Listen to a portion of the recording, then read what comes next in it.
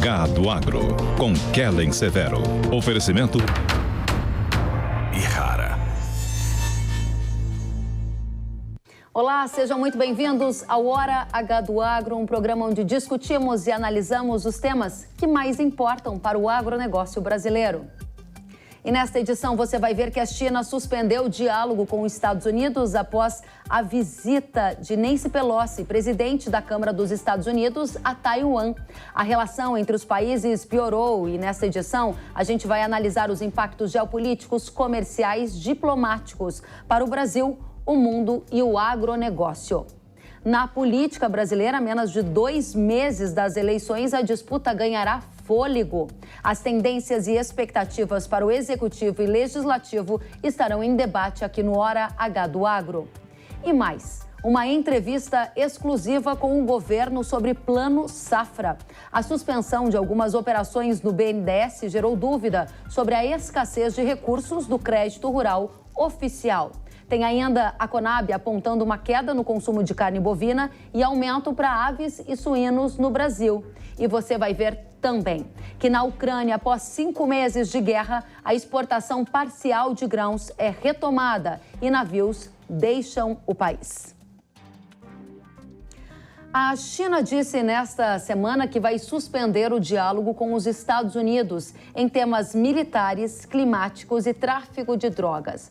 Pequim também anunciou que vai impor sanções à presidente da Câmara dos Estados Unidos, Nancy Pelosi, e à família dela. A retaliação acontece após a visita de Pelosi a Taiwan. Vale lembrar que Taiwan é uma pequena ilha que os chineses reivindicam soberania da área. Durante a passagem da presidente da Câmara norte-americana por Taiwan, o edifício mais alto de Taipei foi iluminado com mensagens de boas-vindas. Após o desembarque, ela destacou o compromisso inabalável em apoiar a democracia de Taiwan. Já a China aumentou a atividade militar em torno da região e disse que a visita representou uma violação severa do princípio de uma só China. Taiwan também é um centro bilionário de tecnologia e está no epicentro de uma tensão entre Estados Unidos e China, que pode ter efeitos no agronegócio brasileiro.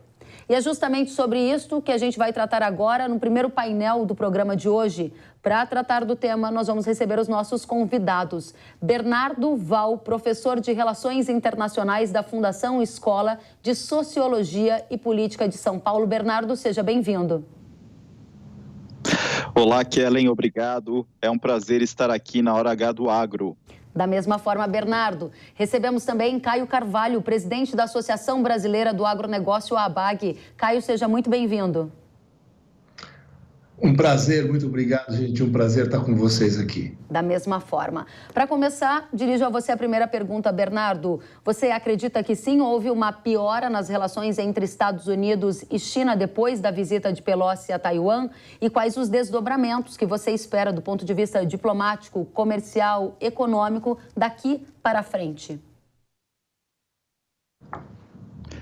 Sim, Kellen, a visita de Pelosi, ela gerou mais desconfiança entre os Estados Unidos e a China. No geral, haverá uma diminuição na cooperação entre esses dois países.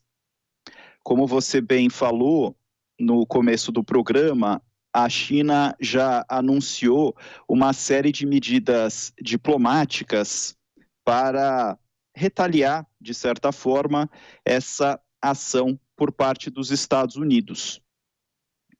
Cabe aqui destacar, além dessas medidas diplomáticas que já foram mencionadas por você, também a questão dos desdobramentos comerciais e econômicos. A China é o maior parceiro comercial de Taiwan e ela já restringiu o comércio com esse país. Além disso, em termos de economia, os exercícios militares chineses ao redor da ilha, eles podem ter um efeito de bloqueio, o que pode atrapalhar ainda mais as cadeias de suprimento, que já estão tensas por eventos geopolíticos anteriores, como a pandemia de Covid-19 e a guerra entre a Rússia e a Ucrânia. Muito bem, Bernardo. E você acredita numa escalada dessas tensões de agora em diante, eventualmente uma nova guerra, ou seria um certo exagero? Olha, Kellen, para acontecer uma guerra, ainda muitas etapas precisam ser passadas. Então, eu acredito que, embora uma guerra esteja nos cenários, ela é bastante improvável, porque tem uma série de medidas diplomáticas, econômicas, comerciais e também militares que precisam ser tomadas até que se chegue a uma guerra propriamente dita. Então, embora essa crise ela seja muito importante, para ela se transformar, para ela chegar à etapa de uma guerra, ainda tem um longo caminho. Então, eu acredito que essa guerra, embora ela possa acontecer, ela não vai se concretizar agora. A gente precisa observar naquilo que está por vir, em novembro, 2 eventos muito importantes, que são, na China, o 20º Congresso do Partido Comunista e nos Estados Unidos, as eleições de meio termo, de meio de mandato. O Congresso do Partido Comunista na China, o presidente Xi Jinping, provavelmente ele vai ser reconduzido ao novo mandato como secretário-geral e presidente do país, e ele precisa demonstrar força. Logo, esses exercícios militares que estão sendo feitos como uma resposta à visita de Pelosi a Taiwan, eles têm importância também nesse sentido de demonstração de força. E no caso dos Estados Unidos, a Pelosi já tem 82 anos, ela provavelmente já está no seu último mandato como presidente da Câmara, e espera-se que os democratas eles percam essas eleições. Então, ela pode ter visto nessa visita uma forma de um legado, né? Parte do seu legado que tem bastante relação com a China, no sentido de protesto e defesa da democracia em Taiwan. Bernardo, muito obrigada pelas suas considerações iniciais. Quero passar a palavra a você, Caio, que representa a BAG e tem aqui uma grande experiência na cobertura, na vivência de agronegócio. A nossa audiência bem sabe que o agronegócio é um dos setores mais internacionalizados da economia brasileira e, por isso, muito impactado pelas questões geopolíticas. A China é o nosso principal parceiro comercial. Os Estados Unidos é um grande concorrente do Brasil no mercado agrícola. Qual a sua visão sobre impactos e importância da cobertura desse tema aqui, piora da relação entre Estados Unidos e China, envolvendo Taiwan, para a nossa audiência, Caio? Olha, Kellen, Bernardo, é muito importante o que vocês comentaram. Trata-se de um movimento realmente nítido, claro, eleitoreiro, vamos chamar assim. Isso está acontecendo nitidamente no caso da Nancy Pelosi. E nitidamente os Estados Unidos, democratas e republicanos estão chegando numa reta final, como aqui no Brasil. Então, isso é uma coisa. Separando essa coisa, digamos, esse fato, essa movimentação, esse exercício, isso tudo que está feito, é uma coisa, é muita cena, jogo de cena, isso tem que ser feito e está sendo feito. O importante para nós é olharmos para essa questão como a continuidade de uma Guerra Fria que já vinha desde antes da pandemia. Nós tivemos depois a questão europeia, nós estamos tendo a guerra da Ucrânia com a Rússia, mas há uma diferença muito grande, profunda, entre Europa e Estados Unidos. Quer dizer, essa visita também tem esse sinal de que Taiwan conte conosco, é uma mensagem oportuna no sentido que não dá para imaginar que vai ter qualquer tipo de invasão modelo russo na Ucrânia e todos ficam olhando e nada acontece. Então, esse é um fato. Para nós, eu me sinto às vezes, viu, Kellen, como o Brasil fosse o queijo do pão, quer dizer, do sanduíche, né? O Brasil tem de um lado Estados Unidos, com quem tem excelentes relações e quer tê-las, e cada vez mais. Do outro lado, nós temos a China, que é o grande comprador brasileiro e será cada vez mais.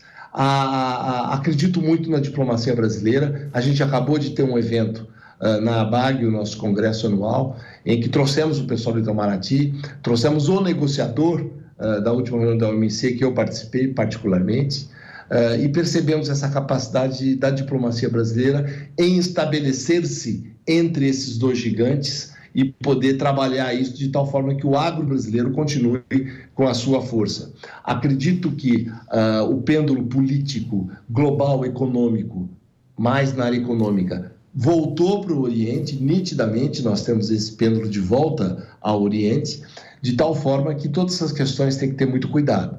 Acredito muito na continuidade, digamos assim, ativa do Brasil com a China. Nós provavelmente vamos ser chamados, Kellen, a de repente aumentar até exportações para a China, com um tipo de represália aos Estados Unidos. A gente vai ter que ter a cabeça no lugar, equilíbrio, para poder ficar equidistante desse problema.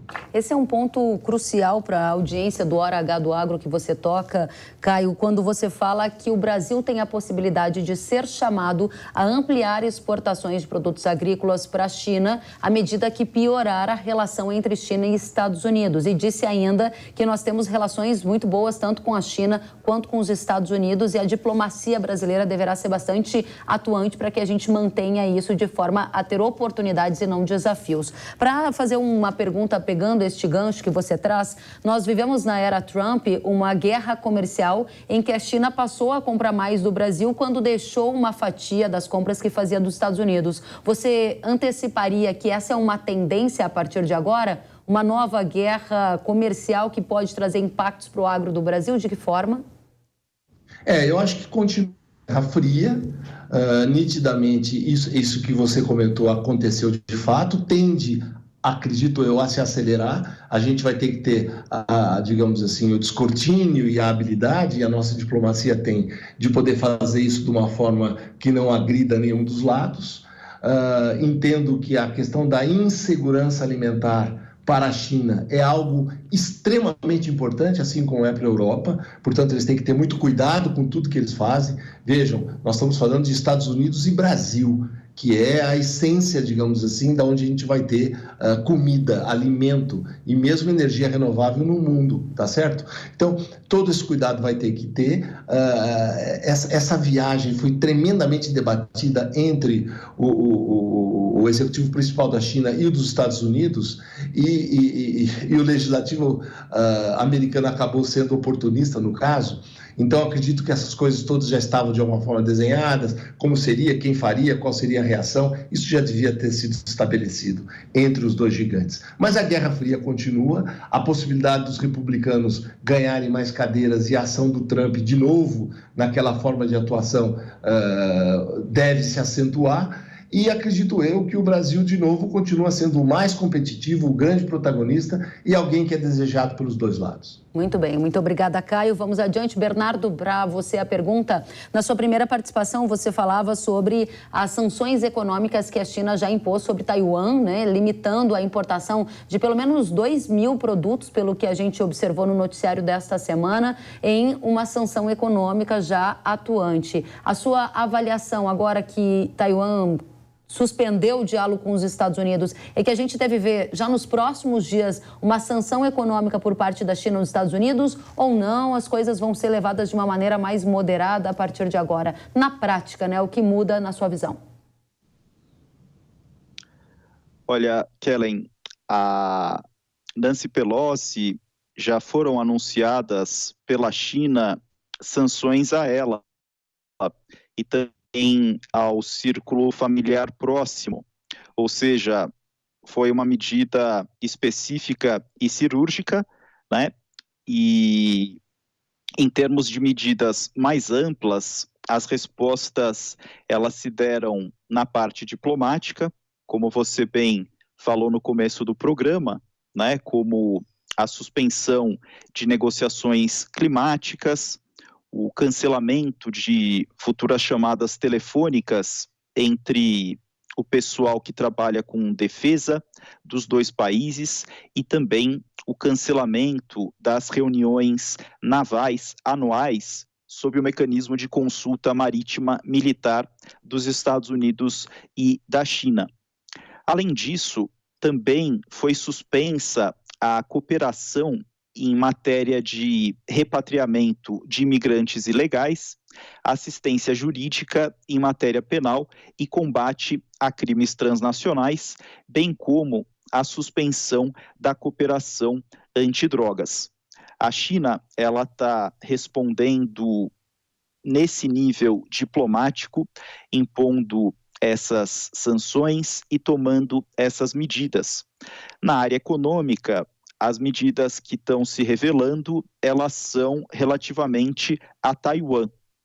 Tratando-se dos Estados Unidos, novas medidas econômicas, elas podem ser anunciadas, a gente precisa aguardar os próximos movimentos desse xadrez internacional para a gente poder conhecê-las. Muito bem, muito obrigada, Bernardo. Caio, a próxima pergunta é para você sobre a importância que a gente sabe que a China tem na distribuição de muitos dos insumos que são usados no agro do Brasil. Você vê algum tipo de risco para abastecimento em função de uma piora nessa condição por lá? Ou isso está bastante distante e não é nem considerado nesse momento? Olha, sempre que tem uma discussão de geopolítica nesses termos, quer dizer, naturalmente a gente olha de um lado que existem as disputas econômicas, que é a Guerra Fria entre os dois países. Essa disputa tem levado a consequências muito ruins. Por exemplo, tem levado ao enfraquecimento, ou fragilizou a Organização Mundial do Comércio, que é tão importante ao Brasil. Por outro lado, tem uma questão de oportunidades e ameaças, que é o que você está abordando, né, Kellen? E aí você olha a questão do mundo, o mundo vem sendo muito azul para a China há vários anos. Tanto que, como eu dizia, por isso que eu citei, o pêndulo econômico global foi para o lado dela. Então, é muito difícil imaginar que a China vai querer mexer nesse mundo azul que é tão bom para ela. Veja a distância que a China tem levado com relação à Rússia e Ucrânia, tá certo? Com o posicionamento. Então, acredito eu que a China é extremamente importante para o mundo todo, não só para o Brasil. A questão de insumos, como a gente sofreu com a lógica da Ucrânia e Rússia com os fertilizantes, mas os nossos portos estão lotados de navios e lotados de fertilizantes sem problema nenhum. A gente tem que olhar para o Brasil como uma grande potência mundial do agro. Em termos geopolíticos, o Brasil é muito importante e tanto China quanto Estados Unidos têm muitas preocupações em atender o Brasil. Excelente, Caio, muito bom. Bernardo, Caio, excelente debate. A gente vai agora para a última rodada. Não podemos esquecer que Taiwan é um centro bilionário importante na produção de chips, semicondutores, e aqui no centro dessa disputa entre Estados Unidos e China também está uma disputa tecnológica. Bernardo, teremos perdas a partir de um evento, talvez de alguma magnitude militar envolvendo Taiwan, nas questões de avanços tecnológicos para toda a humanidade, para o comércio global? Ou não seria um exagero pensar dessa forma? Sim, no caso da concretização de um conflito militar, não é exagero pensar dessa forma. Mas como eu havia falado anteriormente, há muitas etapas que precisam ser percorridas até que uma guerra ela venha a acontecer. É importante destacar que Taiwan é o maior produtor mundial de semicondutores e a ilha tem um papel crítico na cadeia global de fornecimento de chips. Um dos assuntos, inclusive, da visita de Pelosi a Taiwan era a tecnologia. É em Taiwan que está a empresa TSMC, que é a maior fábrica mundial de semicondutores, e ela produz, por exemplo, para gigantes de tecnologia como a Apple e a Nvidia. A Pelosi se encontrou com o presidente dessa empresa e isso demonstrou a importância que os semicondutores têm para os Estados Unidos. Eles são considerados um assunto de segurança nacional. Os semicondutores que estão presentes nos smartphones e até mesmo em carros, geladeiras e outros eletrodomésticos, eles se tornaram uma parte fundamental da rivalidade entre os Estados Unidos e a China por tecnologia nos últimos anos. Logo, essa visita, ela indica um aumento das tensões entre os Estados Unidos e a China nessa área tecnológica. Bernardo, Caio, algum ponto de contágio com o agronegócio brasileiro nessa discussão tecnológica que você gostaria de destacar para a gente? Muito importante o que disse o Bernardo, porque impacta demais o agro. Vejam, hoje, todo o mecanismo de chips, tudo que vem daí, todas as nossas máquinas, todo o nosso sistema digital, tudo aquilo que a gente faz em termos de redução de custos, utilizando imagens de satélite, todo o sistema digital, tudo isso, de alguma forma, está em jogo. Não tem dúvida que é muito grave.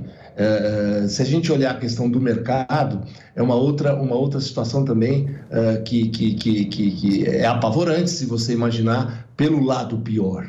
O que eu acredito é que, volto a insistir, o exemplo do que está acontecendo com a Rússia em função da Ucrânia, certamente a China não quer com Taiwan. Mas, por outro lado, sem dúvida alguma, Taiwan é uma pedra no sapato da China, assim como era Hong Kong. Hong Kong, no início, vocês devem se lembrar, era um problema grave, porque Hong Kong queria continuar inglesa, não queria ser chinesa, e a China precisava encaixar Hong Kong, e encaixou. Hong Kong hoje segue tocando a vida de uma forma diferente de outros lugares chineses. Há uma tendência de uma negociação. Essa visita traz uma consequência, Kellen, que é importante de lembrar. Ela traz, de alguma forma, uma afirmação do Ocidente que a China, para poder cuidar de Taiwan, tem que fazer de uma forma delicada, no mínimo. Eu acho que essa mensagem também é importante. Muito bem, um ótimo debate com vocês, Bernardo e Caio. Quero agradecer Bernardo Val, professor de Relações Internacionais da Fundação Escola de Sociologia e Política de São Paulo. Volte sempre, foi um prazer recebê-lo. Foi um prazer, Kellen, Caio, muito obrigado pela oportunidade, ótimo debate. Obrigada, até a próxima. Caio Carvalho, presidente da Associação Brasileira do Agronegócio, ABAG. Volte mais vezes, foi muito bom recebê-lo também. Muito prazer, Kellen, muito prazer participar do seu Hora H do Agro. Da mesma forma, até a próxima. E vamos adiante, o nosso tema agora é eleição 2022. Terminou nesta semana o prazo final para a realização de convenções pelos partidos políticos e federações partidárias, com o objetivo de escolher os candidatos a presidente e vice, governador e vice, senadores e suplentes, assim como os deputados federais, estaduais e distritais. O início das campanhas eleitorais é indicado para 16 de agosto. A disputa eleitoral já está no nosso radar, já que em menos de 2 meses, agora em 2 de outubro, os brasileiros irão às urnas. Eleição 2022 é um tema que impacta demais o agro brasileiro e é um tema que a gente quer aqui abordar com especialistas no assunto. Recebemos para este painel a Cristina Gremel, jornalista e comentarista aqui da Jovem Pan. Cristina, uma satisfação tê-la conosco no Hora H do Agro. Obrigada, Kellen. Prazer é meu. Preciso só corrigir que eu não sou especialista em eleições, mas vamos lá, vamos tentar ajudar a compreender o cenário atual. A gente te considera pela ampla experiência que você tem na cobertura de política, mas muito obrigada pela sua correção para a gente. Adriano Laureno, gerente de análise política e econômica da consultoria Prospectiva. Seja muito bem-vindo, Adriano. Tudo bem, Kellen. É um prazer estar aqui com você, contribuindo para esse debate também. Da mesma forma. Então, vamos começar com você, Cristina. A eleição de 2022 vai ser marcada por quais características, na sua opinião, que você já está percebendo a partir do cenário atual, especialmente para a disputa presidencial? Kellen, acho que qualquer um que esteja acompanhando de forma um pouco mais atenta ao noticiário já sabe que é a eleição mais disputada, eu acho que da história do Brasil, pelo menos da história vivida por nós, né, que estamos vivos aqui. Não lembro de outra. Eu acompanho eleições, eu sou jornalista há 32 anos, eu acompanho eleições como jornalista desde a era Collor, acompanhei inclusive já como jornalista novinha ainda, mas acompanhei as manifestações do Fora Collor. Então eu vi todo o processo de mudança no sistema eleitoral, toda a tecnologia chegando, o primeiro encantamento, né, com a tecnologia e as dúvidas atuais bastante pertinentes, aliás, na minha opinião, legítimas por parte do eleitor, por parte de parcelas da sociedade, mas a gente vive esse clima de animosidade não só política, mas também jurídica, né? A gente está numa insegurança jurídica tremenda, com o judiciário aí, a alta cúpula do judiciário, infelizmente, assumindo um papel de partido político, atuando a favor de um candidato especificamente, e que não necessariamente é o preferido da população, ainda que muitas pesquisas apontem como já eleito no primeiro turno, né? Vamos falar sobre tudo isso. Cristina, Adriano, na sua opinião, quais são ou serão as marcas da eleição de 2022? Pois é, eu acho que, em primeiro lugar, está bem claro pelas pesquisas que a terceira via tem pouca chance nessa eleição. Os grupos políticos e os próprios palanques estaduais já estão muito bem organizados, principalmente em torno do Lula e do Bolsonaro. A gente vê isso, por exemplo, claramente no MDB, que 11 dos candidatos a governador já, inclusive, se aliaram ao Lula. Então, o que a gente vai ter, no fundo, pela primeira vez na história do Brasil, uma disputa de legados, né? Uma disputa entre um presidente e um ex-presidente, cada um deles com suas propostas claras, cada um deles com seus legados claros em termos de governo. Então, é uma disputa que, para o eleitor, vai ser bastante fácil de diferenciar aí os candidatos, né? A gente tem visto, por enquanto, uma vantagem bastante clara para o Lula nas pesquisas, mas o Bolsonaro tem feito uma política de antecipação de recursos, antecipação de benefícios sociais, algum custo fiscal que vai ficar para o ano que vem, mas que melhora no curto prazo o ambiente econômico e, portanto, deve melhorar também as intenções de voto dele e diminuir essa distância que ele tem nas pesquisas para o Lula. A grande questão é se ele vai conseguir, a tempo, reduzir a rejeição dele, que, por enquanto, ainda é muito maior do que a do Lula, e é a grande dificuldade que ele vai ter para conseguir, no segundo turno, vencer a disputa contra o candidato do PT.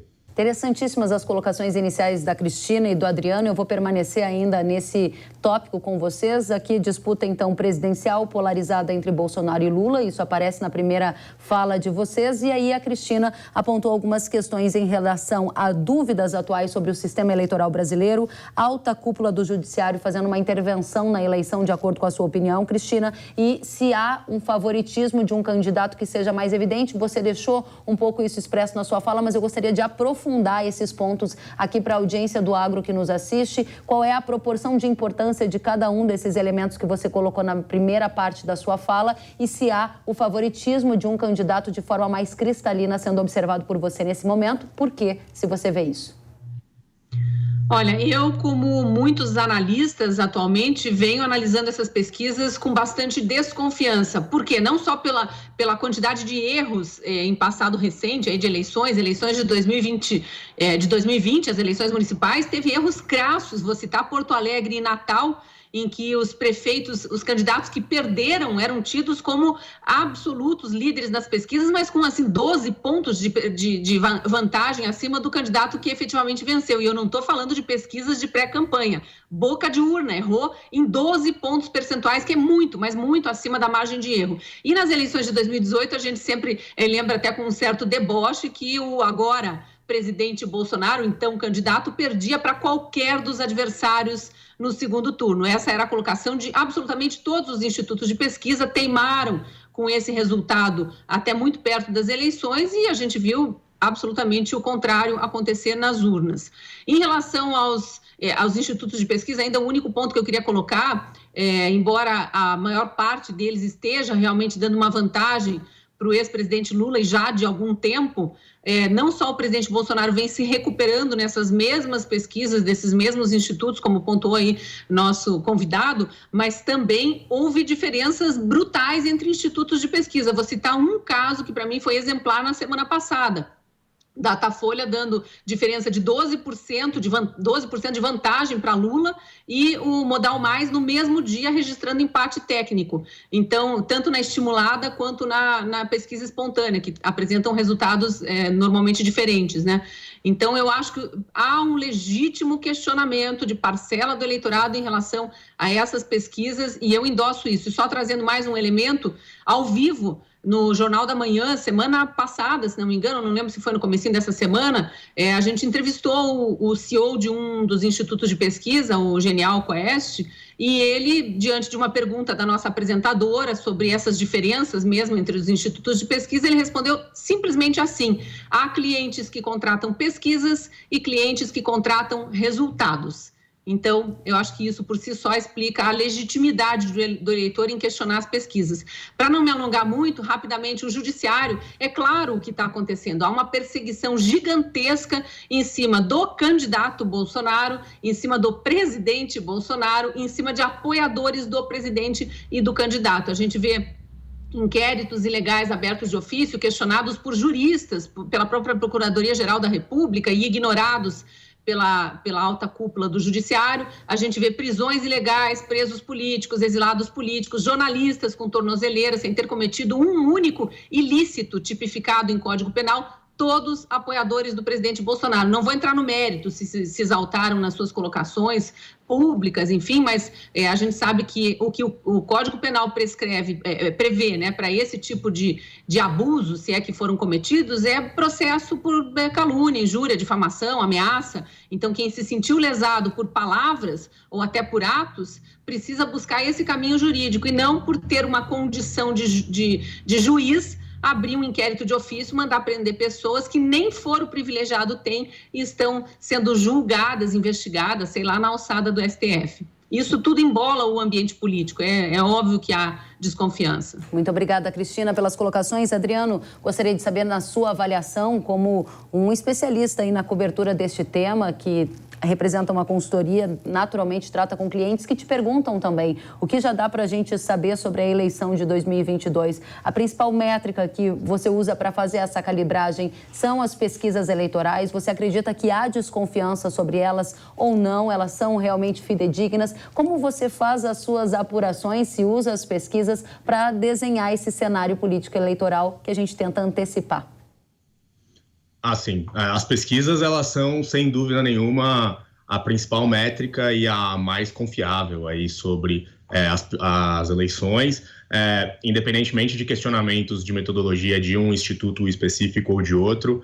Quando a gente olha o conjunto dos institutos de pesquisa e as tendências das pesquisas dentro delas mesmas, de um mesmo instituto, ao longo do tempo, com uma mesma metodologia, isso acaba sendo principal métrica aí para a gente medir a foto, né? A foto desse momento sobre a eleição presidencial e o histórico para trás sobre as posições dos eleitores. Agora, realmente, quando a gente olha para frente, aí a gente está pensando num cenário que não é o atual, né? Então a gente tem que ir acompanhando as pesquisas ao longo do tempo para ir entendendo quais são as tendências e aí, até a véspera da eleição e até a eleição, o quanto muda, porque claramente muitos dos eleitores eles são indecisos e eles definem seu voto só no último momento da eleição, e isso acaba gerando alguma mudança em relação a pesquisas da semana anterior, por exemplo, para os institutos. Agora, nessa eleição em específico, eu acho que essas mudanças de voto de última hora vão ser menos importantes do que em eleições anteriores, porque a certeza do voto que a gente tem visto ser medida por diferentes pesquisas de diferentes institutos com diferentes metodologias é que, nesse momento, os eleitores, tanto do Lula quanto do Bolsonaro, têm uma certeza muito maior do voto do que a gente via em momentos anteriores, em eleições anteriores. Então, a chance desses eleitores mudarem, sendo que eles já conhecem os dois candidatos, eles já conhecem os legados dos dois, eles já conhecem as diferenças de propostas que são muito claras, é muito mais complicado de essa mudança de voto no último momento acontecer. Então, me parece que é claro que a gente ainda vai ver mudanças nas pesquisas, né? O jogo eleitoral ainda está para ser jogado, a gente ainda vai ter todo o horário de debate eleitoral pela frente, então muita coisa vai acontecer, muita coisa vai mudar, mas com certeza no último momento a gente vai ter um pouco menos de surpresas com as pesquisas do que a gente teve em eleições anteriores, a última em específico, por conta daqueles outsiders que surgiram no último momento em alguns estados. Adriano, você mencionou que quando se olha para frente, muitas questões podem ainda mudar em relação à fotografia da última semana, é o que há pouco você mencionou para a gente. A minha pergunta para você é qual vai ser o principal tema que vai nortear os votos? A gente teve no passado, por exemplo, pandemia como um principal tema esperado, depois foi superado o fator pandemia e alguns apontam que vai ser o fator economia, outros dizem que vai ser corrupção, o tema principal norteador dos votos. Qual vai ser na sua avaliação? Na última eleição, por exemplo, os temas de corrupção e violência foram temas muito importantes, né? Nessa eleição aqui, a tendência é que esses dois temas fiquem um pouco em segundo plano, porque a população passou a ver como prioritária a questão econômica em primeiro lugar e a questão social em segundo lugar. Então, além de inflação, desemprego, crescimento, também fome, miséria, políticas de transferências de renda. Esses são os 2 temas prioritários para a população nesse momento. A questão da pandemia, ela foi prioritária em um certo momento, agora ela tem reduzido um pouco nas pesquisas como prioridade da população, mas ela ainda aparece ali em 3º, 4º lugar, perto de violência, corrupção também. Então, acho que esses 3 temas, violência, corrupção, saúde, são temas secundários, economia e questões sociais são os temas prioritários dessas eleições. Obrigada, Adriano. Cristina, você concorda? Eu queria só acrescentar, é muito óbvio, né? A questão econômica, ela sempre pesa e pesa demais, e não é só no Brasil, né? A gente acompanha eleições fora do Brasil também, e o cenário econômico de momento, ele influencia demais a decisão do voto do eleitor por motivos óbvios, é o que ele está sentindo no seu orçamento doméstico naquele momento. Se está bom, ele avalia o governo como bom, se está ruim, avalia como ruim, e a gente percebe essas oscilações no ânimo do eleitorado justamente nesses índices de rejeição ou aprovação de governo que vão sendo divulgados ao longo de todo o mandato, né? Mas eu queria trazer uma informação aqui que não foi muito divulgada pela mídia, na verdade eu vi em poucos lugares, mas recebi de fonte privilegiada aqui. Essa pesquisa Modal Mais da semana passada, que eu mencionei agora há pouco, que dá empate técnico entre o ex-presidente Lula e o presidente Bolsonaro nas intenções de voto, ela foi muito além do que apenas perguntar em quem você votaria se as eleições fossem hoje. Um dos itens que eles perguntaram é que prioridade se você fosse presidente da República, né? A pergunta era, se você fosse presidente da República, qual seria a sua prioridade considerando as opções? É uma pesquisa estimulada, e aí eles apresentaram uma série de opções. A primeira, 25% dos pesquisados disseram que é combater a fome.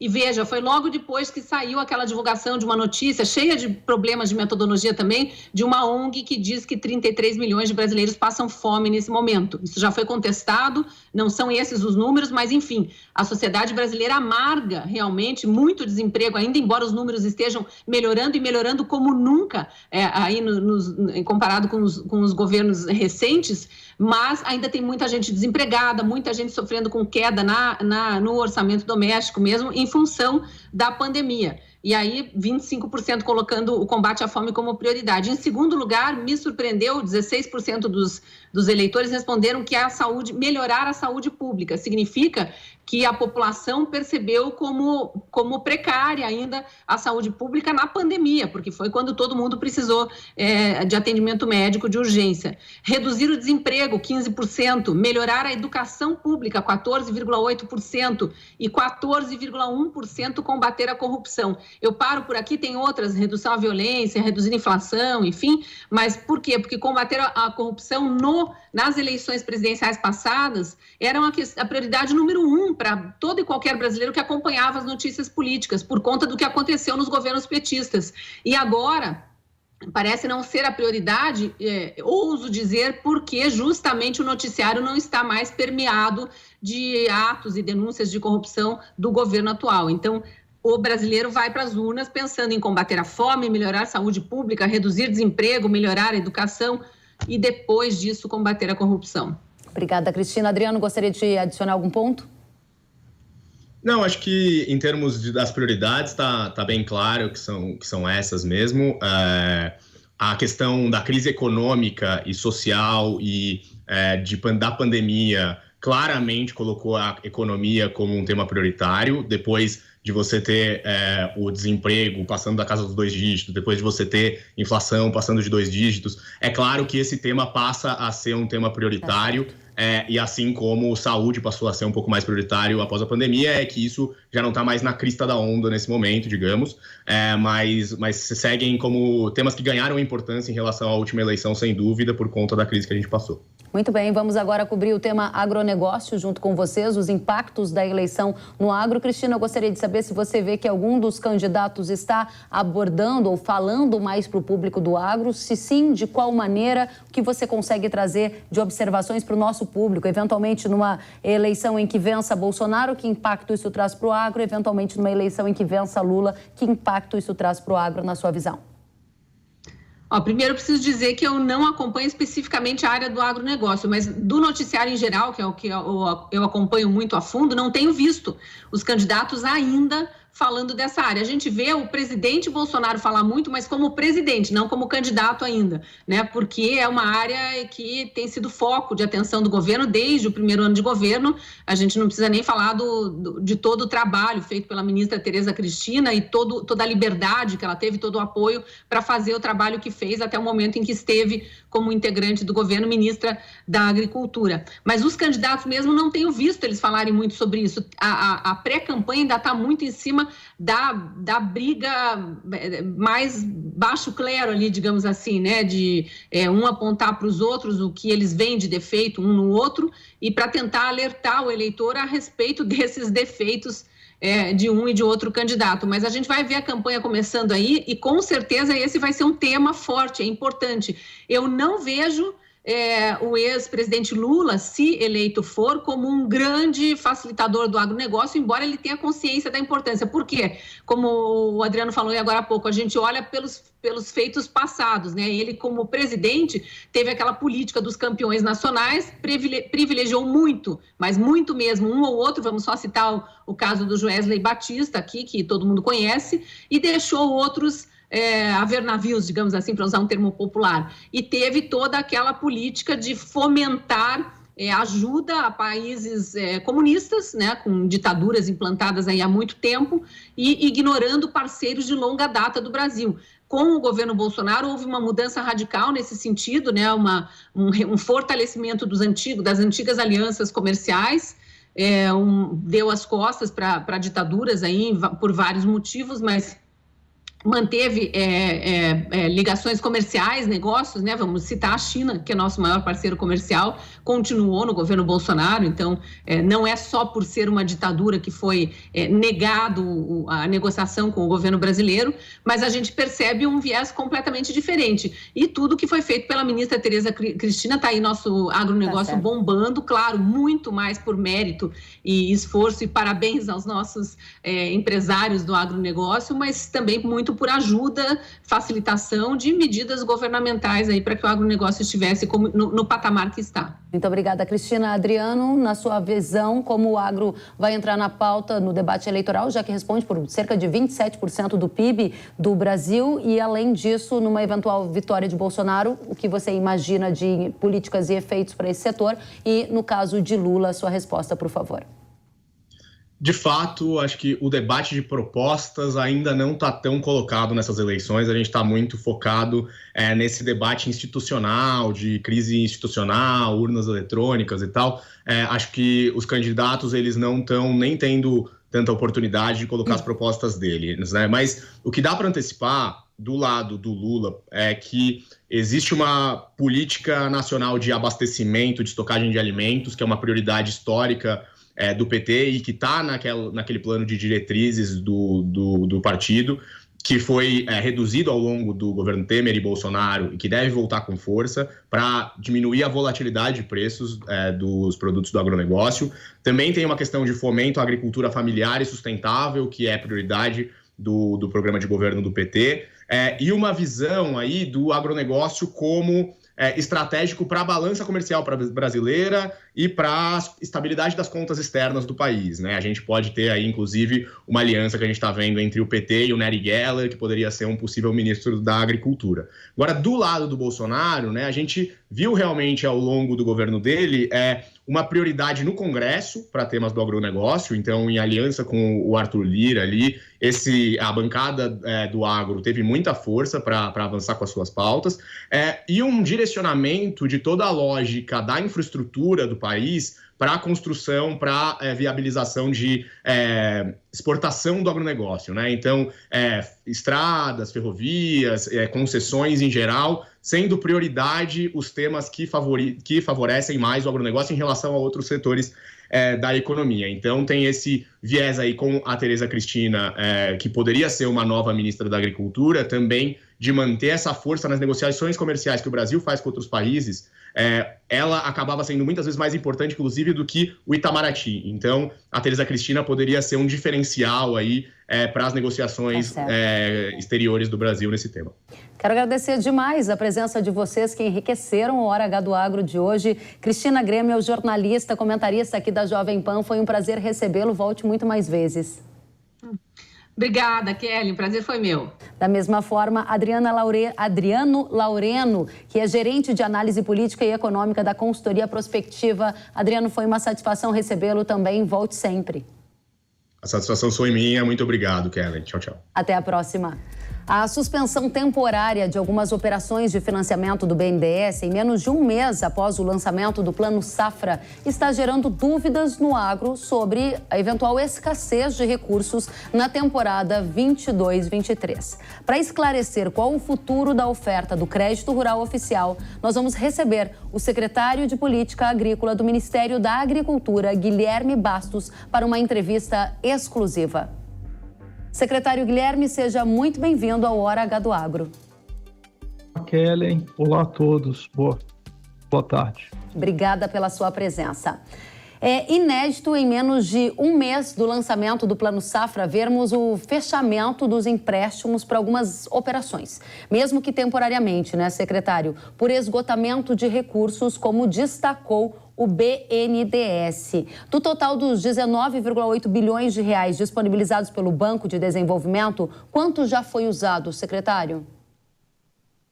Kellen, eu não tenho essa informação sobre a utilização agora dos recursos do BNDES, mas eu posso garantir que não foram utilizados ainda todos os recursos. O que aconteceu naquele processo de suspensão, houve um problema de sistema, e é claro que tem algumas linhas, como o caso do PCA, né, que realmente, de fato, via BNDES, elas não têm mais recursos.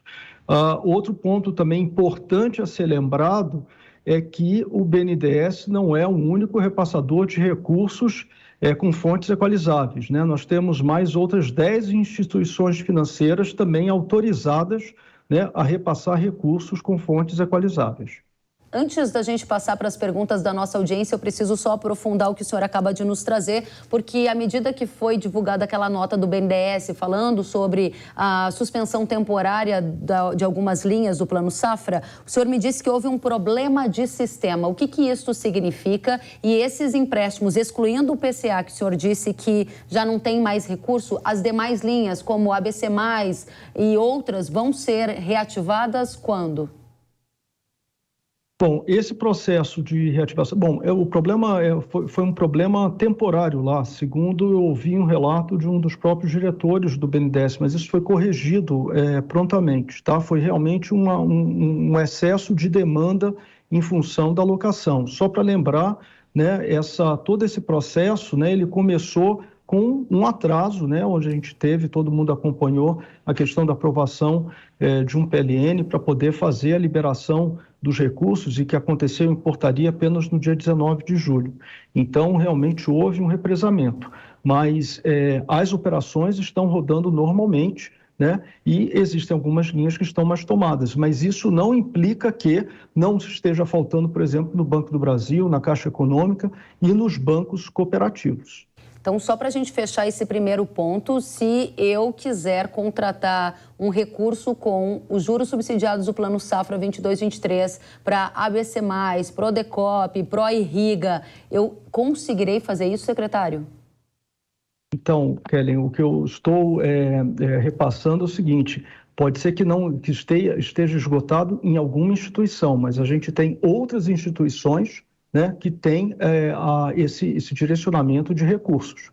Então, eu diria o seguinte, se está faltando no BNDES, né, com certeza eu sugeriria que fizesse uma busca junto ao Banco do Brasil, junto à Caixa, ou Sicredi, Sicob, algum dos bancos cooperativos. Só para lembrar, são 11 instituições financeiras que receberam a distribuição de recursos com fontes equalizadas.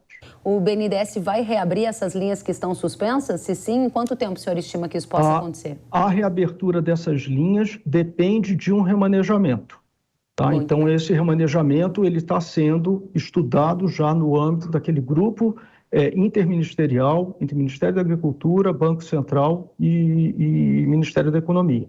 Secretário, vamos adiante. Pergunta da nossa audiência. Ela veio da Ana Elisa Galhardo e diz assim: qual a estratégia do governo para termos mais recursos para as linhas do BNDES? Há alguma no seu radar, secretário? Então, a estratégia, Kellen, é a possibilidade de remanejamentos, né? Então, é exatamente o monitoramento, né, por parte desse grupo de trabalho de política agrícola, né, monitorando exatamente as contratações, né, e havendo represamento em alguma linha, isso pode ser remanejado, né? Então, a gente está em contato direto com as instituições financeiras, fazendo exatamente esse monitoramento. Muito bem, obrigada, secretário. Muitas pessoas enviaram perguntas exclusivamente para o senhor. A próxima delas foi enviada pelo Marco Freita Pinto e diz que foi anunciado que o custeio da agricultura familiar será suspenso. Primeira pergunta, é verdade, secretário, será suspenso? Desconheço, o Kellen, não temos essa informação. Então, de novo, insisto, a gente está falando assim, agricultura familiar. Só para lembrar, ela recebeu o maior volume de recursos disponibilizados, 53,6 bilhões de reais, são 14 bilhões a mais, né? E esses recursos estão devidamente alocados em diversas instituições. Claro que você tem Banco do Brasil, você tem os bancos cooperativos como sendo líderes, né, na disponibilização desses recursos. Minha recomendação é que, indo, por exemplo, na agência de uma instituição financeira, havendo alguma negativa com relação à alocação desses recursos, imediatamente buscar, se for um Banco do Brasil, que busque uma caixa, que busque um banco cooperativo, né, para poder exatamente avaliar as possibilidades. E também lembrando, né, sempre há a disponibilidade, é claro, aí o produtor precisa fazer as contas, fazer sua composição de custos, mas existem também os recursos a taxas livres que são previamente negociadas com as agências. Secretário, para a gente dar mais atenção a esse tema, porque eu recebi várias mensagens de muita gente preocupado, inclusive usando uma data de corte que seria 8 de agosto. A partir de 8 de agosto, fecharia a torneia para custeio de Pronaf Custeio, Pronaf Investimento. Isto é uma notícia falsa na visão do governo? É uma notícia falsa, não tem procedimento agora. Muito bem, vamos à próxima pergunta. Qual o planejamento do governo para atender os produtores com crédito rural? Há uma grande preocupação de que vá faltar recursos. Bom, Kelly, também é um ponto que eu acho que sempre foi muito bem esclarecido, né? O governo federal não consegue prover toda a necessidade de financiamento da agropecuária brasileira, né? Então, acho que isso aqui tem que ficar muito claro, que isso daqui é uma contribuição do governo federal com essas taxas de juros controladas, né, para fins de promoção desse financiamento. Então, é muito importante que realmente o produtor faça o seu planejamento e faça uma composição, né, de origens de recursos, né, para que ele possa atender suas necessidades. Muito bem, essa semana a gente viu a elevação da taxa Selic. Com a alta da Selic haverá um maior comprometimento de recursos? O cobertor vai ficar curto? Não vai ter recurso para todo mundo? Olha, só para lembrar, né, aquele pedido, todo aquele trabalho que foi feito de suplementação de recursos, né, para esse segundo semestre foi feito já com o intuito de você realmente ter a possibilidade de honrar com os compromissos. E sempre lembrando, né, que nós ainda temos uma expectativa, né, de uma retração da taxa de juros até o final do ano. Então, isso daí significa que você tem um cenário melhorando e um cenário de conforto. Então, ela pode realmente tomar mais a necessidade de equalização agora, mas lá para frente a expectativa é que fique mais aliviada. Secretário, a próxima pergunta é do Leandro Edinger. E ele diz, por que está tão demorado o repasse dos recursos dos bancos para os revendedores de máquinas? Olha, Kellen, eu pediria para encaminhar, eu vou até fazer uma consulta lá, pedir para ser feita uma consulta junto aos bancos, das montadoras e tudo mais, mas ontem, por exemplo, eu tive no comemoração dos 85 anos da BIMAC e lá eu não tive nenhuma informação sobre esse ponto específico. Então, se você depois puder encaminhar aqui para a nossa equipe, eu faço questão de checar essa informação. Com certeza será uma satisfação encurtar essa relação da nossa audiência com o governo. Próxima pergunta do Henrique Bruno. O cenário é incerto, diz ele. Qual a mensagem do governo para os produtores rurais sobre o futuro do crédito rural oficial aqui no Brasil?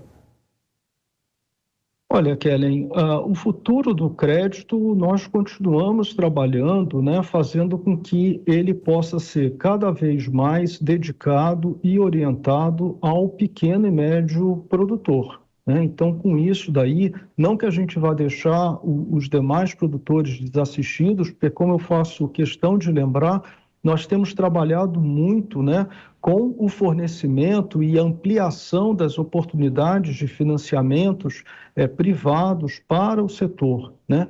Então, com isso daí, a gente espera que tenhamos mais oportunidades, menores taxas, promovendo essa maior competição. A gente tem aí acompanhando, né, a evolução dos fiagros, a evolução dos estoques das CPRs, então mostra que o mercado financeiro ele está atendendo. Inclusive, tivemos um anúncio recentemente que o próprio Cressol, né, do sistema cooperativo, que focado para a agricultura familiar, levantou um CRA, né?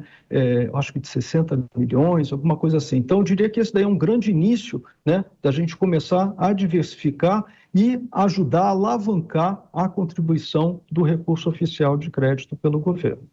Guilherme Bastos, secretário de Política Agrícola do Ministério da Agricultura, a gente agradece pela entrevista exclusiva aqui à Jovem Pan News e também a transparência e disponibilidade de responder a várias perguntas da nossa audiência. Volte sempre, secretário, o senhor é muito bem-vindo. Muito obrigado, Kellen, e mais uma vez deixo a porta aberta. Por favor, encaminhe aí as perguntas que não tenham sido atendidas ou respondidas agora. Fazemos questão de dar esse detalhamento. Sempre um prazer. Vai ser uma grande oportunidade para a nossa audiência. Até a próxima, secretário. Até a próxima. E o consumo brasileiro de carne bovina neste ano deve atingir o menor patamar em 26 anos, é o que indica a Companhia Nacional de Abastecimento, a CONAB. O diretor de Informações Agropecuárias e Políticas Agrícolas do órgão do governo, Sérgio Desen, analisa para o Hora H do Agro as tendências para proteínas no Brasil. Sérgio, seja muito bem-vindo. Qual o motivo dessa queda no consumo? Nós estamos deixando de comer carne bovina e comendo outros tipos de proteína. Isso está acontecendo porque há uma mudança nos preços relativos, ou seja, relativamente a carne bovina é aquela que está mais cara, subindo o seu preço. Por que isso está acontecendo? Porque a gente teve um choque de demanda causado principalmente pela pandemia. Isso ocorreu não só no Brasil, mas no mundo todo, onde houve uma mudança, houve uma distribuição de renda diferente em todos os países. Então, o que a gente está fazendo? Que a gente está deixando um pouco de consumir carne bovina e consumindo outros tipos de carne, principalmente suínos e aves, que as duas sobem e descem, mas no total, o brasileiro come 90 quilos de carne, um pouco mais de 90 quilos de carne, que é uma quantidade bastante grande. Uma quantidade bastante grande, é isso que você estava nos dizendo, Sérgio, de consumo de carne anual aqui pelos brasileiros. Essa queda no consumo de carne bovina tem relação, então, a aspectos de renda ou é, inclusive, uma mudança no hábito da população? As duas coisas, né? Você não pode separar. Uma coisa é renda, que você está distribuindo a renda ao redor do mundo, e a hora que você tem o mundo mudando de patamar de renda, as rendas relativas estão mudando, você vai ter o mundo tendo mais poder aquisitivo, então a gente vai ter que distribuir melhor os produtos que são escassos. Nós sabemos que a carne bovina é um produto que demanda muitos fatores de produção, então não dá para aumentar rapidamente a produção, como é o caso do frango ou dos suínos. Então você vai reduzir o consumo aqui e aumentar lá. A outra questão é o hábito. O brasileiro está tendo acesso, por exemplo, a carne suína. Por que ela saiu de 10 para 15 quilos? E a gente não fala isso, mas é 50% de aumento. Porque a gente está trabalhando melhor em cortes e no preparo. Então ela se tornou uma carne saudável, uma carne que tem opções de corte e ela é muito prática. Você abre a embalagem, a assa está pronta. Então isso tem atraído o consumidor. o consumidor hoje busca produtos saudáveis e práticos. E aí ele encontra várias opções nos suínos, nas aves, até mais do que a carne bovina. A carne bovina fica uma gourmet. E se a população tiver acesso a mais renda, você acredita que o Brasil pode superar esses 90 quilos de carnes consumidos atualmente por ano? Dificilmente vai crescer muito mais que isso. A elasticidade de renda, que é o efeito da renda sobre o consumo, nos anos 80 era de 1,16 para carne bovina, nos anos 90 caiu para 0,9, em 2000 caiu para 0,6 e hoje está em 0,5. Ou seja, ele vem caindo ao longo das décadas. Isso indica que não é uma questão de renda, que é muito mais agora uma questão de marketing, uma questão de atributos que o consumidor, que você vai consumir, vai convencer o consumidor. Então, Sérgio, na sua avaliação, diante de tudo isso que você está colocando, o futuro da carne bovina é um futuro de item de luxo? O brasileiro, na medida que vai desenvolvendo seu sistema econômico, vai transformando a carne bovina num produto gourmet, como é o europeu, principalmente. Na Europa já é assim, né? Nós estamos trocando quantidade por qualidade. Hoje em dia, uma boa parte da carne de baixa qualidade nós exportamos para mercados de baixa renda. E deixamos no Brasil a carne cara. Por quê? Porque ninguém quer carne, de qualquer carne, o pessoal quer carne cada vez melhor. Eu acho que é um rearranjo do tipo de proteína que a gente está consumindo. A gente está rearranjando. A gente está saindo de um consumo muito grande de carne bovina, de qualquer tipo, para um consumo menor e mais qualificado. Interessante. E para a gente encerrar, o que deve acontecer a partir de agora, então, com o consumo de carne no Brasil? Eu não acredito que ele suba rapidamente, ou venha subir muito. Ele vai se estacionar, cair um pouquinho, hora subir um pouquinho, mas tende a se estacionar em torno de 20 a 25 quilos, vai ficar num certo período, né? A não ser que a gente reinvente uma maneira das pessoas quererem gastar mais, comer mais carne, mas trocar carne bovina por carne de frango, ou trocar frango por carne, assim vai ser sempre. Eu apostaria hoje no crescimento da carne suína. Ela que tem um potencial de crescimento grande, né? A relação custo-benefício dela está muito boa. Obrigada, Sérgio Desen, diretor de Informações Agropecuárias e Políticas Agrícolas da Conab. Volte sempre. E nesta semana, o primeiro navio com grãos ucranianos deixou o porto de Odessa, com destino ao Líbano. 26 mil toneladas de milho foram transportadas na primeira exportação de grãos da Ucrânia desde o início da guerra com a Rússia, o que começou em fevereiro. O embarque foi possível após um acordo assinado entre ucranianos e russos com a Organização das Nações Unidas, intermediando tudo isso. Nesta sexta-feira, mais 3 navios carregando cerca de 58 mil toneladas de grãos deixaram a Ucrânia. E a imprensa internacional ressalta agora um pedido para que esse corredor de escoamento seja estendido para outras cargas, como, por exemplo, metais. A consultoria Steinweg avalia que há dúvidas sobre o escoamento dos grãos que estão armazenados no interior da Ucrânia, já que há uma escassez de mão de obra logística em função da guerra que ainda acontece. A empresa cita que os volumes antes exportados em um mês pela Ucrânia levarão cerca de 3 meses para serem escoados e revela ainda a perspectiva de uma retomada frágil e lenta ao longo dos próximos meses. E vamos agora à inovação aqui no Hora H do Agro. John Deere, safra de inovações, o desafio das startups do agro. Vocês sabem que o Hora H traz sempre as melhores soluções, inovações, serviços disponíveis no mercado para ajudar os produtores do nosso agro brasileiro.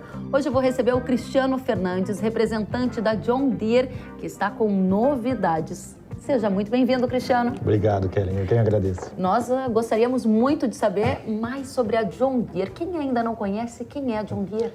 A John Deere é uma empresa líder mundial no fornecimento para a linha agrícola, de construção e florestal. E do nosso histórico, a gente acompanha o cliente e entrega valor para ele através da inovação tecnológica, da excelência em engenharia e da nossa rede altamente capacitada para conduzir o cliente em todo o ciclo. Que interessante, vocês estão com um monte de soluções, um ecossistema completo, e uma das inovações que me chamou muito a atenção, gente, fui pesquisar e encontrei um sistema que chama ExactaPlay. Como essa tecnologia funciona na prática? Conta pra gente. O ExactaPlay ele foi lançado pela John Deere em 2019 e ele é um sistema onde a gente consegue ter uma maior qualidade na aplicação de insumos. Ou seja, a gente consegue evitar o desperdício e ter uma maior qualidade de aplicação, evitando problemas fitossanitários, que é quando a planta pode ter algum estresse durante o seu desenvolvimento. E eu percebi que eu falei errado o nome, corrige pra gente. Como é que se fala, então? O nome é ExactaPlay. ExactaPlay, aprendi agora, muito bem. E quando se trata do controle de invasores, pragas, doenças, cada gota conta. E esse sistema ele é inteligente, ele é exclusivo de John Deere e está muito ligado com uma pegada de redução de desperdício, né? Cada gota conta. É isso mesmo, Kelly. Na hora da aplicação, cada gota importa. O custo hoje com os produtos de proteção é alto e a semente também a gente tem um custo alto. Então, o ExactaPlay é onde nós podemos garantir que a gente vai ter um bom padrão de gotas para evitar esse desperdício e ter uma boa qualidade na cobertura durante a aplicação. Que bacana, hein? Fico muito orgulhosa da gente trazer esse conteúdo em primeira mão para nossa audiência no Hora H do Agro. E eu quero ver aqui se eu entendi. O ExactaPlay é uma tecnologia que faz a troca automática das pontas, é isso, né? De acordo com a variação de velocidade de uma aplicação, mantendo o tamanho certo da gota e pressão. Tudo isso ao mesmo tempo? É isso mesmo, Kelly. O ExactaPlay a gente consegue trabalhar mantendo a pressão durante a aplicação, independente da velocidade em que o pulverizador está trabalhando. Então, é isso que nos garante essa uniformidade de gotas e esse padrão na aplicação, evitando o desperdício e garantindo uma boa qualidade. Super ligado com a agricultura moderna, agricultura do futuro, que evita desperdício, cada gota conta. Muito bacana a gente trazer isso para você, produtor que quer reduzir o desperdício de produtos, evitar que a sua cultura seja queimada, né? Então, vamos precisar conhecer o ExactaPlay e ter mais controle para aplicar os insumos com precisão nos lugares e nas quantidades corretas. Para saber mais, acesse agora mesmo o site deere.com.br. E antes de eu me despedir do Cristiano, obviamente eu tenho que perguntar da Safra de Inovações. Vocês sabem já o que é, mas vale sempre lembrar, né? Esse inédito reality show com soluções inovadoras, disputas emocionantes entre startups com soluções inovadoras para o agro. Você já conferiu todos os episódios, ficou lá babando ao ver as soluções maravilhosas de cada uma das startups, eu imagino. Com certeza, Kelly. Todos os episódios já estão disponíveis na plataforma do YouTube. É o primeiro reality show focado no agronegócio que a John Deere produziu. São 9 empresas que vão trabalhar em cima de 3 pilares, que é a sustentabilidade, capacitação no campo e a logística.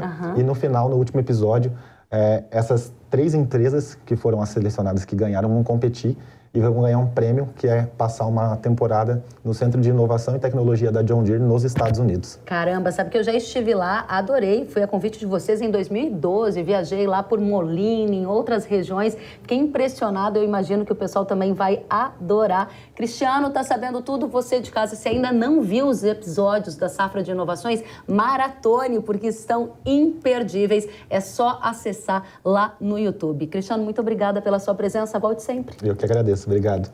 A gente continua sempre no Hora H, cheio de inovação e tecnologia, junto com a John Deere Brasil. John Deere, Safra de Inovações, o desafio das startups do agro. Muito bacana, e a gente segue em frente porque eu tenho um recado para você. Eu tenho certeza que você vai gostar da dica que eu separei para você. É importante fazer um bom manejo durante todas as fases da soja, mas se algo der errado no início, provavelmente a lavoura não vai atingir os resultados esperados. É por isso que o tratamento de sementes é uma etapa fundamental para a soja se desenvolver bem e dar lucro ao produtor.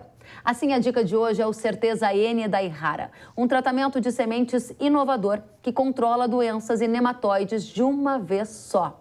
Graças à sua tecnologia exclusiva, ele adere melhor na semente, resistindo até a lavagem pela chuva.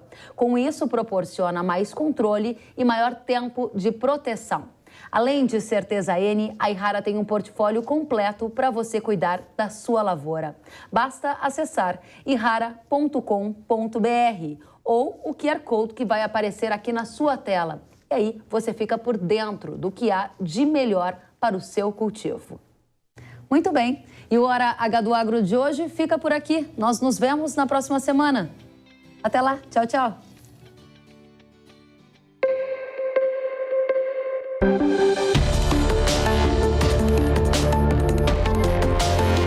Hora H do Agro, com Kellen Severo.